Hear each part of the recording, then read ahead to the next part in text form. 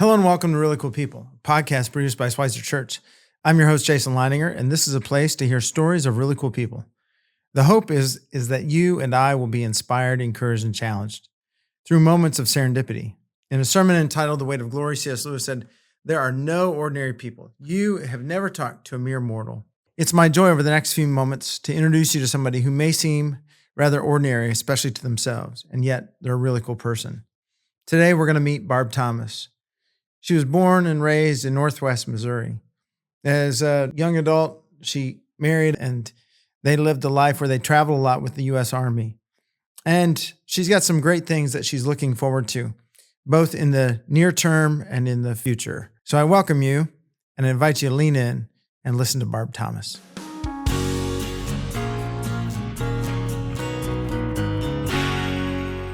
Well, today we're happy to welcome into studio Barb Thomas. Barb, welcome.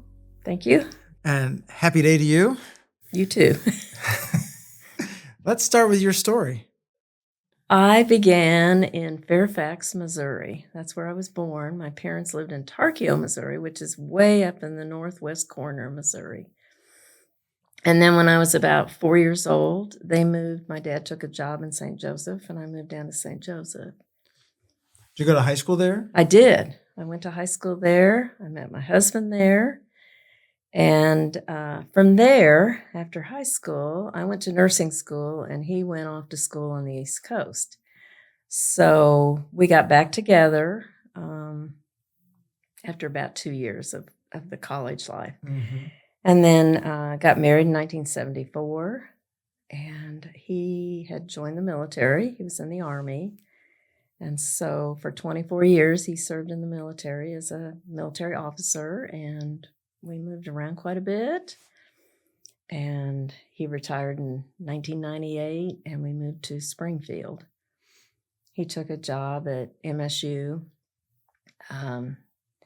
did that about 4 years, and then we went to West Plains, lived down there. He was in the university system down there for about 6 years, and then we moved back to Springfield in 2007. That's when we joined Schweitzer, and we've been here ever since. So let's go unpack a little bit of your, some of that timeline. So you said you moved with your parents down to St. Joe from Northwest Missouri. Do you have any siblings? I do. She's still alive. I have an older sister. She's 6.5 years older than I am. So I always sort of felt like she was a third parent because she was so much older than I am. And especially when I got to be in about the 6th grade and I wanted to do things that maybe, like try smoking. And You tried smoking in the 6th grade? Oh, yeah. And I snuck off to a movie that they didn't want me. And my sister was always right there, threatening to, if I didn't shape up, she was going to tell mom and dad. So it was a little bit the other way with my sister, who was 6 years younger than me. She was kind of the responsible one. She'd have to wake me up so that I could drive her to school in the morning. I later learned, she'd tell my stories to my kids, and she's like, he always made me late. Yeah. Yeah. So your sister was like a third parent. Well, that's the way I sort of felt, because she was more towed the line, typical first child. I was more wanted to buck the system and do what I wanted to do. And what'd your parents do? My mother went to business school. They both grew up in the Depression. My mother went to business school and got a job and worked in some kind of office situation. I can't remember the name of it. And my dad also went to business school and started working for the electric company, which he was with basically all of his career. He worked there for years and retired out of that job. My mother worked at this, wherever it was, place of business. And then when she had my sister, she stopped working. And she worked until I was 6 years old. And then she went back to work in a bank, a very small little bank, and she eventually worked her way up to vice president, which was pretty good in those days. Mhm. Yeah, yeah. She was definitely a career-minded woman. Whenever all my friends had stay-at-home moms. So how did their like work life impact you, or how did it shape you? I was a very fearful child, little girl. And my mom went to work when I was in the first grade, and I hated it. I really hated it. And I just wanted her to be around, and I was so shy, and I guess that impacted me some. I had this kind of separation anxiety. And I was a true latchkey kid when I was in the 5th grade and beyond. And so no other friends had that. I think a lot of my close friends, their moms maybe went back to work when they were in high school or something. Yeah. So what'd you do when you went home and you had to let yourself in? Watched a lot of TV. Do you have any favorites? Yeah. It was one of the Westerns. Rawhide, I think, was on. Mickey Mouse Club. Prior to being a latchkey kid, I actually went to a babysitter who had 4 kids. I just had the one sister, but she had 2 boys, and that was kind of fun because they were always getting into trouble or digging holes in the yard or whatever, and I learned a lot from those 2 boys. They had parakeet that was flying around the house. It was just fun, but we watched a lot of like the Three Stooges and Rocky and Bullwinkle, and it was fun. You mentioned that in 6th grade you tried smoking. Yes. Yeah. How? Cigarette. I guess we do need to qualify what kind of smoking that is. Where did you pick that up, or what led you to that moment? Or I think a lot of the other girls, it was just we would have slumber parties, and we just tried smoking and stuff. Of course, you could get cigarettes back then. On any street corner, there was no age limit, or you just go to the cigarette machine. They had vending machines. Vending machine, yeah. Yeah. Just pop a quarter in and get a pack of cigarettes? Get a pack of cigarettes. Did you do that often? No. Just tried it a few times with the friends, and then one time came home, tried it in the bathroom. My sister came home. I smell smoke in the house. Have you been smoking? No. That was one of the times she was like, 3rd parent. Did your parents ever say anything to you about that? No, I don't think. I think by the time they got home, the evidence was sort of gone. So I don't think my mother ever knew. But did they smoke? My dad smoked until the warning came out that it caused cancer. Oh, yeah. And so he quit. It was like in the 1970s, right? Yeah. Well, it seems like I was in about the 4th grade, but it might have been. It was in the 60s, okay. I'm pretty sure. Huh. Yeah. But he quit and never went back to it. He just, I think, went cold turkey and that was it. It's amazing that somebody could go cold turkey. Yeah. But a lot of people did. Yeah, he did. I think it kind of scared him, so. So you grew up, had that, did your sister go off to college? She did. Well, she stayed home 1 year, went to a junior college, and then she went to Warrensburg and finished a degree there. How did, growing up, how was college perceived and within your family, and how did you make decisions upon where to go? Neither one of my parents attended college. They went to 2-year business schools.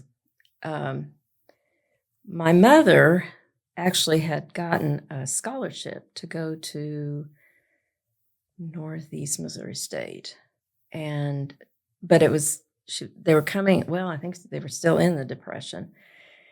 And she was wanting really to just make money quickly.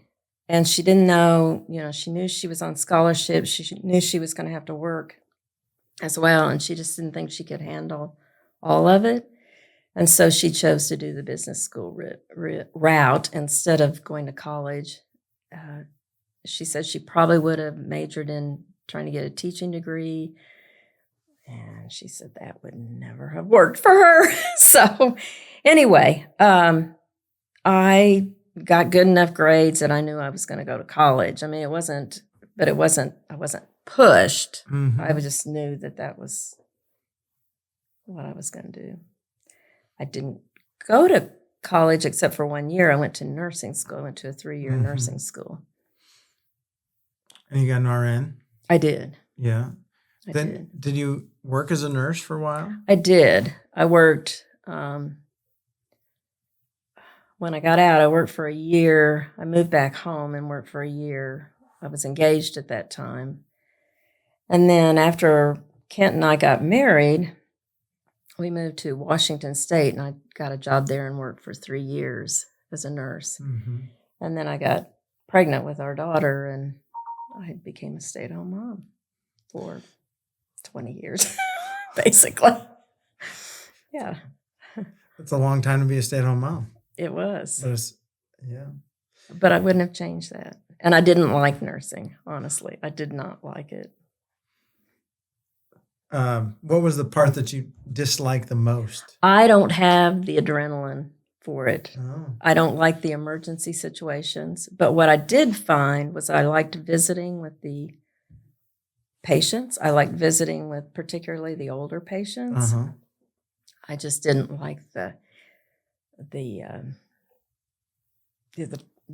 adrenaline rush, I guess I don't, if somebody had an emergency, I was like, call the nurse. Oh, I am the nurse.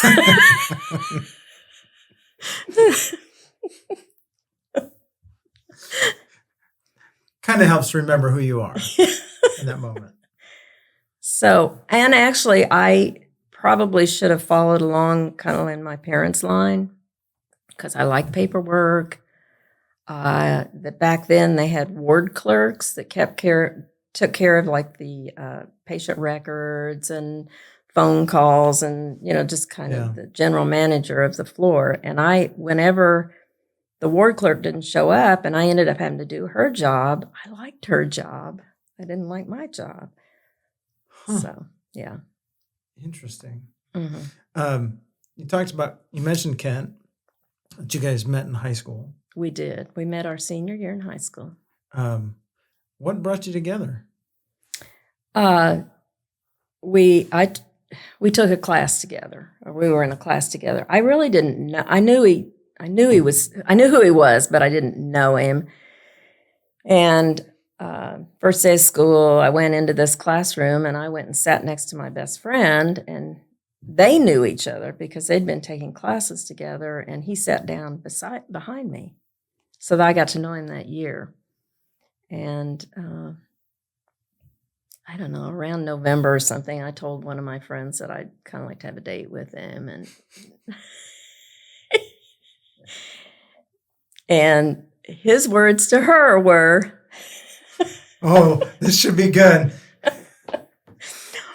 She's not interested in anything. In other words, I wasn't interested in current events or history or this. This was a class called International Relations. And I wasn't really interested in that. I had more of a science math brain, and I was interested in the social life and the boys and all of that. And so that was his take on me. But we ended up going out. And we did date a little bit that year, but it wasn't serious at that time. It wasn't until about 2 years later that we connected again. How'd you connect again? He came home one summer, and I had been dating a guy, and he'd been dating a girl, and we had both broken up with those two people. And so, I don't know, I guess he just called me because we had actually maintained a friendship and wrote letters and stuff a little bit. And so we just got together and dated that summer. And it just kind of kind of clicked. He was going to school in Washington, D.C., and so he asked me to come see him in the fall, and I went, stayed a week. I roomed with some girls that he knew, and it just sort of was magical. And yeah. And he was interested in intercultural affairs, Yes. current events, history, all that stuff. Yes. He actually majored in foreign relations. But he knew he was on Army ROTC scholarship, so he knew he was going into the service. How did you process all that, thinking about like, he's got a future that he's pretty clear what he wants to do. How did that settle with you? Obviously, you entered into that, and you had that kind of life where you went into the Army, and I mean, you weren't in it, but you were in it. Yeah, you're right. I guess I didn't really know what to expect. I think I was drawn to him because he was just a little bit different. He'd grown up in the military. He'd lived other places. And he had just experienced life a little bit differently than I had growing up and in the same place with the same friends for 12 years. And he didn't have that. And so, I don't know. I visited a little bit with his mother about what to expect. I don't know I don't know that I was really processing of that. I was just in love. Does that make sense? That makes sense. Sometimes you never know what you're going to get till you like enter in and go with it. What did you, you talked about being in for 24 years and several moves. What did you really like about that experience? I liked moving. I liked being able to experience a place by living there. You know, you can go vacation somewhere, but you don't really get it, I don't feel like, until you've lived somewhere. Mm-hmm. And you can experience the culture a little deeper. I mean, it's like you can go visit Germany, but until you live there, your car breaks, and you've got to go to a German car dealer to try to figure, my car is crunk, my brakes are you're trying to, in your little bit of German and their little bit of English. I mean, when your propane tank runs out and you've got to drive 50 kilometers to get propane tank. I mean, it's just, you really experience it when you have to go to the meat market and order a quarter pound of meat, and you end up ordering 4 pounds of meat instead of a quarter of a pound.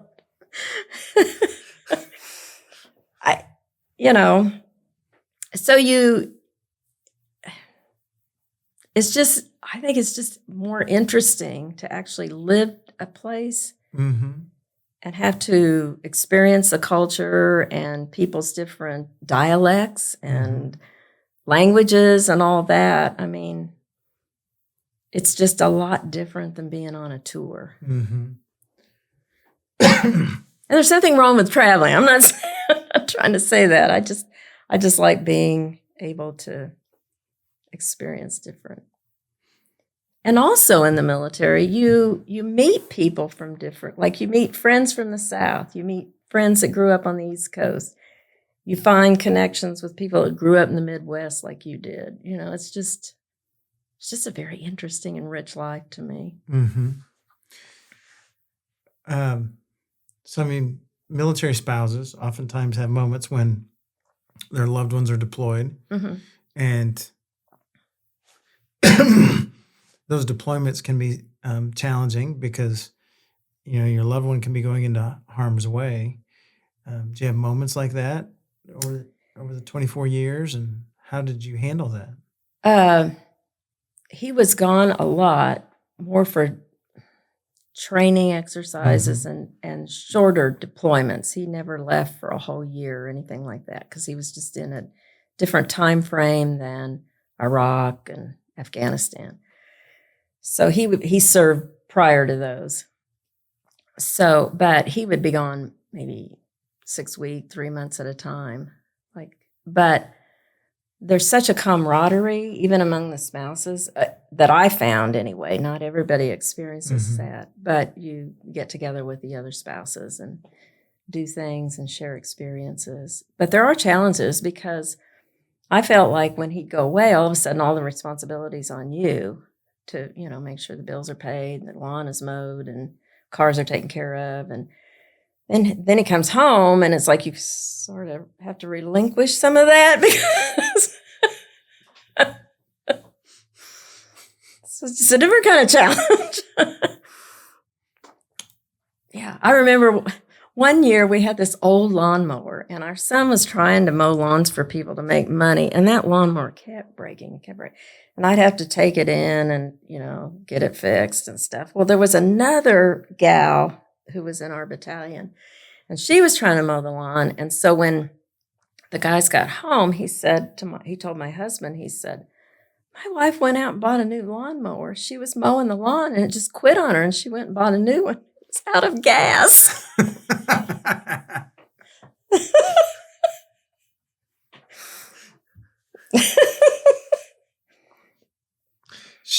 I've heard of other people doing the same thing. Yeah, so could happen to me. It could. Did you have a favorite place where you lived? I have two that I liked real well. West Point. I think partly because of the tradition, partly because I just had a good friend network. We had a good Bible study group. I don't know. My kids were great at that time. And then I really, really like Fort Riley, Kansas. I just like the prairie, the openness. You can see forever. There's rolling hills still there. It's a beautiful old historic post. We got to live in some fantastic old quarters that were built back in the 1900s. And it's treed. It's pretty. It's just got a lot of tradition. I really liked it there. Then what was it like to have Kent retire and then move out into civilian life again? Well, that was a challenging time for me because, not only did I give up that military life, but our youngest was going to college that year. So I became an empty nester as well. And I didn't really know anybody here. I'd never lived here. I got to know a few neighbors, but I didn't have a strong connection. And so I'd never gotten a bachelor's degree. I went through the nursing school, and I'd always wanted that. Not sure why, but I always wanted that. And so I went back to school.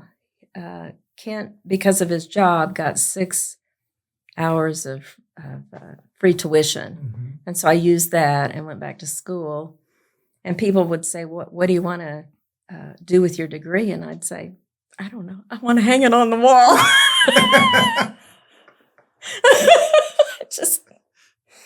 So I went back to school, and then I just felt connected again. And also at that time, we started going to a lot of the basketball games and football games, and just started slowly making a new life. When you went back to school, that was probably before online learning. So you were sitting in classes with 18 to 22-year-olds mostly? Mostly. And I was 46.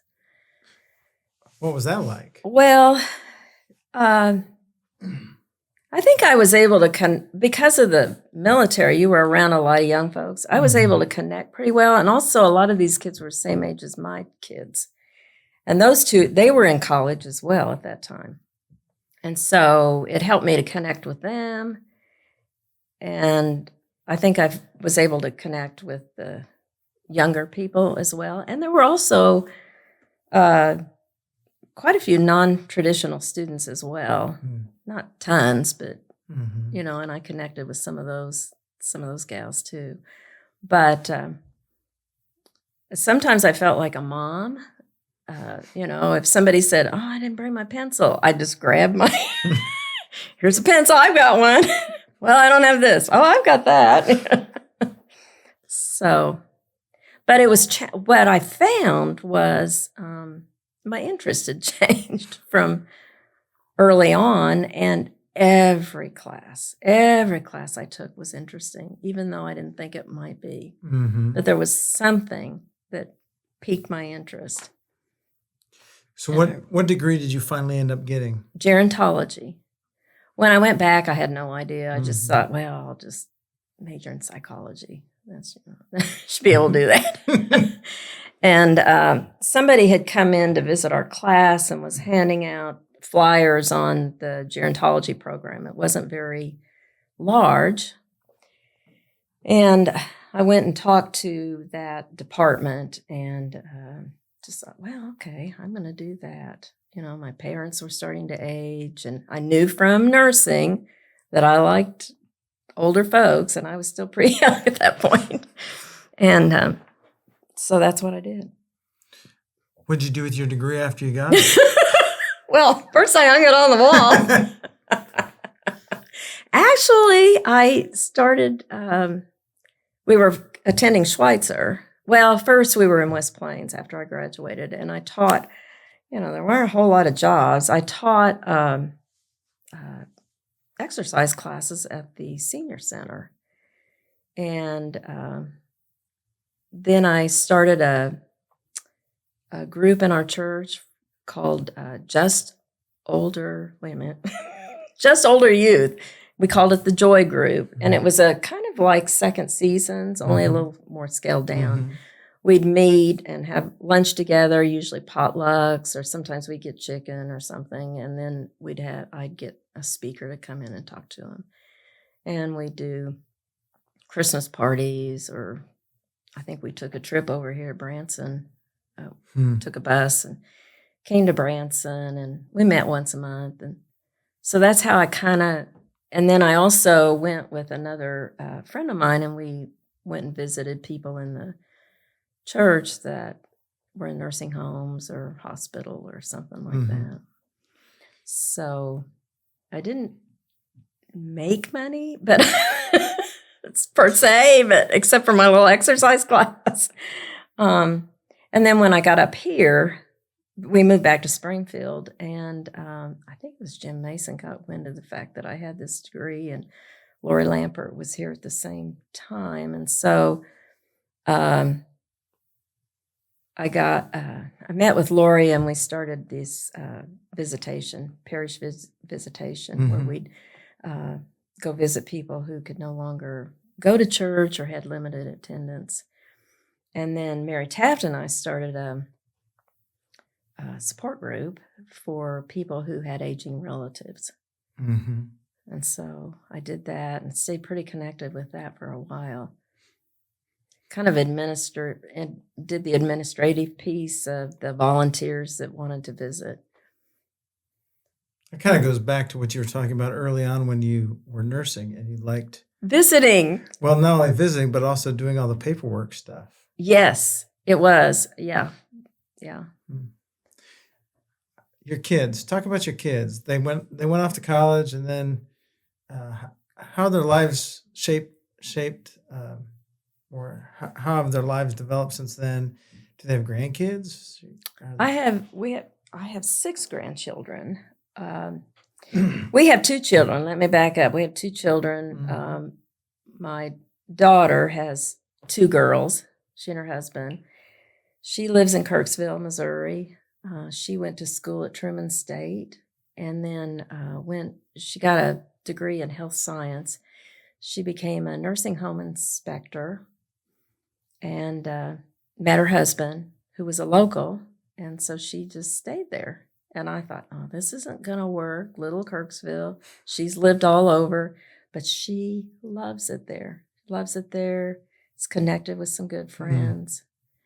Our son went to K-State and got a degree in geography and got out and ended up working for Budweiser as a tap specialist.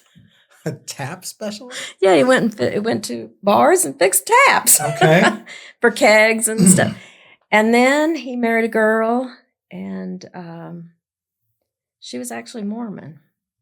And so he joined the church, and he quit drinking and got out of the Budweiser field and joined the Army. And so he was 28 years old, 27, 28, and joined the Army, went to boot camp down at Fort Benning, Georgia, 10 years older than the average soldier, which worked to his advantage. And he was kind of the parent figure then. And then because he had a college degree, he went right into the officer candidate school and became an officer. And so he's now served for about 17 years, I think, in the military. And so he has had deployments to Iraq, Kuwait, not Afghanistan, but Iraq and Kuwait, where he was gone a year. Oh, and he served in Guantanamo Bay for a year. So they actually experienced more of that separation than I ever had to. Huh. What were some favorite memories of being a mom? I don't know. I always just wanted kids. I always wanted a mom, which is strange because I was never really around little kids. And I didn't, once I got them, it was like, what have I done? I don't know what I'm doing. But, and I'm not a kid person. I just, I'm always leaned towards the older folks. And, but I don't know. I just liked feeding them, clothing them, going to school with them, volunteering in their classrooms if I could, going on field trips with them. I was a homeroom mom, just little things like that. I liked teaching them how to bake and cook, and I don't know. But they were challenges too sometimes. It all comes with the territory. Mm-hmm. Yeah. Mm-hmm. Talk a little bit about your faith experience. Oh my goodness. Okay. Well, I grew up in the church. Grew up in a Methodist church. I think before it became the United Methodist, actually. Mother, very faithful woman. Dad went to church. He was an usher, things like that. Sunday school, church, the whole 9 yards. I had a faith, but it was very, very immature. And I think I kind of got away from it in those high school years and college years. And but I never doubted there was a God or anything like that. And then got married. We went to church, Kent and I did, and that was part of our practice. When I was 24 years old, my mother had sent me a book that Billy Graham wrote. I think prior to that, I just didn't get the whole, why did Jesus have to die for us? I just didn't get it. And I don't remember ever hearing the gospel preached in church. I don't know if I just wasn't hearing it or if it really wasn't preached. I don't know. But 24 years old, Mom sent me a book by Billy Graham, and there was a section of the book where he talked about Abraham and the ram in the thicket and how God supplied the ram so that Isaac didn't have to die. I was like, oh my gosh, I get it. I get it, because he explained that that's exactly what Jesus did for us, that God provided Jesus for our sins so that we don't have to die. And it was like, oh my goodness, the light came on. It was just like that on my couch in the living room. Also, about that within a month or two, Billy Graham came and had a crusade in Seattle. And some of the people from church were going up there to it. And so I went with a friend of mine, a girlfriend of mine. And I think Kent was on a training exercise. Okay. Anyway, we went up there and listened to the whole crusade. And at the end, they have people that go around and ask if you're interested in. Back up. He asked, Billy Graham at the end of his message asked people to come forward if they want to accept Christ. And my friend, who was a Christian, she said, let's go down in front so we can see Billy Graham up close. I'm going, well, okay. So we went down front, and he talks. I don't know if anybody's ever been to a Billy Graham crusade or not, but he actually talks to the crowd that's come down that's not seen on camera or on TV, and encourages us to get into a church if we're not into a church, or some kind of Bible study or something like that, and just says this is the beginning of your journey, and this is, some steps you can take. And a girl came up to us, or a woman, and she said, are you interested in a Bible study? And I said, well, yes. And so she connected me with a local group that met right on, we were at Fort Lewis at that time, mm-hmm. Fort Lewis, Washington. And I got connected, and then another friend of mine got wind of the fact that I'd made this decision, and she invited me to a group, Protestant Women of the Chapel. Mm-hmm. And it met once a week, and got involved in that, and was in that all through the Army career. So, and yeah, that's how I got started. That's awesome. Yeah. Yeah. I've had several friends that are chaplains, and they talk about the significance of what a chaplain can do in the military, how they can help shape young lives and young leaders' lives. And Protestant Women of the Chapel, chaplains' wives talk about that as a great way to encourage one another and to really build mm-hmm. faith and build community. Mm-hmm. So, yeah, what I liked about it was all different backgrounds. Mm-hmm. Baptist, Lutheran, Catholic even would come to Protestant Women of the Chapel. Mm-hmm.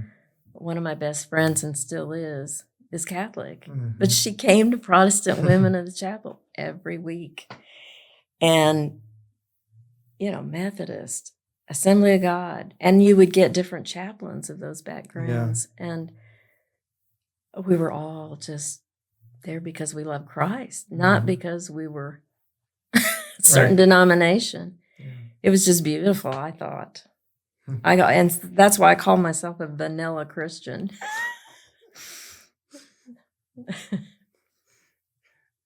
Take something from everywhere, right? Yeah. Yeah. What are you looking forward to? Well, my husband passed a year ago, and I don't have any family here. I have wonderful, wonderful Christian friends and groups, and I love this church, but my kids are not here. And I feel like if I just wait to move to be closer to them, it'll just get harder and harder. So I've made a decision to purchase a home in Liberty, Missouri, which is where our son lives. And I'll be moving in the fall. So I'm looking forward to that. But I'm also, as I get older and older, and my relationship with God gets deeper and deeper, I'm really, really looking forward to seeing him. Mm-hmm. And dancing with Jesus. I can sometimes sit in church, and I'm not a singer, but I really would love to just sing it up and dance with Jesus. You got permission to dance this Sunday if you want to. No way. I took dance as a kid for 8 years. And so I just, I wasn't great at it. And I'm like, your daughter. But I just imagine that that's what I'll do. And when I get there, I can dance perfectly. I'll have that perfect dancer's body. And that's just it's kind of what I look forward to. When the song Lord of the Dance comes on or people sing it in church, don't you want to get up and dance then? Kind of. Actually, that was Kent's favorite song, one of his favorite songs. But, yeah. Do you have a favorite song? Probably, I have a number of course, the hymns, Amazing Grace. A lot of those Fanny Crosby ones? Yeah, a lot of those. As Well With My Soul, I love that. Zia's on the Sparrow. But I really like Over the Rainbow. I like some of those classic songs like Moonlight Serenade. I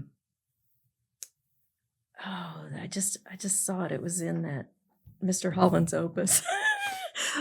Someone to watch over me. That's it. There you go. I just like some of those older, beautiful songs. And I can kind of get lost in those. Huh.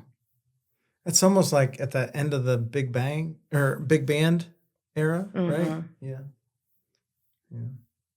Yeah, I like those songs too, those big bands. I mean, String of Pearls, and I can't remember the name of the other one that's so popular, but yeah, some of those. I like those. I also like, Beach Boys and Mamas and the Papas, because that's when I grew up. Chicago. Chicago. There you go. I can identify with Chicago. Can you? Oh yeah, yeah. Especially when they had their Bighorn days. Oh yeah. In the early part. Back in the 70s. Yeah. Yes. 60s and 70s. I like to ask. Let me ask 2 more questions. You have anything on your bucket list? Not really. I've been asked that before.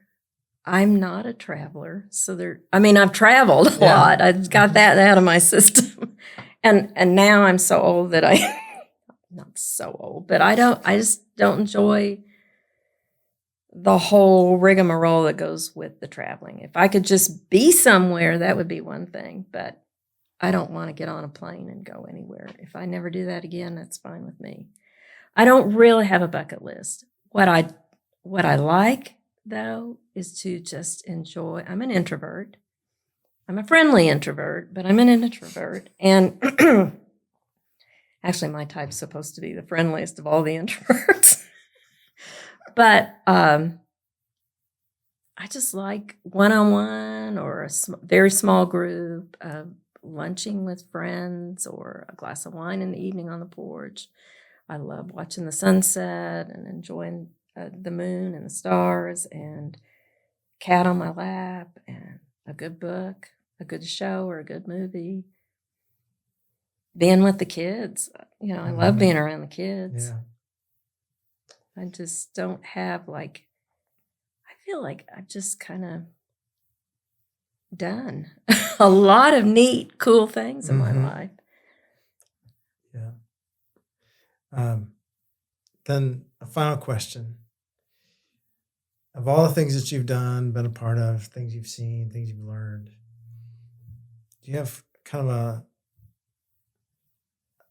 word of advice or a piece of summary that you think, like, when you boil stuff down, you're like, this is what you'd love to pass on to your kids or grandkids or somebody else? Lately, I've been trying to emphasize how much God really, really loves us. And I was able to pass that along to one of my granddaughters was going through, she's 13, going through a little bit of struggles. And I just I just want them to know that they can't stray so far that they get out of God's love, that he just really, really loves us. And I don't know that I don't know the full extent of that yet. I even have a hard time experiencing that for myself. But I just want them to know that. Yeah. That's why the Apostle Paul says it's higher and deeper and longer and farther than we can ever imagine. Yes. And I would tell younger people, just enjoy your kids. I was too much of a disciplinarian. And I look back and think, oh my goodness, I wished I'd had more fun with my kids when they were little. Mm-hmm. That's a good word. Great word. Okay. Thanks, Barb. Oh, you're welcome. Thank you. Yeah. It's been a great conversation. Okay. Thanks for the laughter. I do like to laugh. Yeah, I was an awfully giggly kid.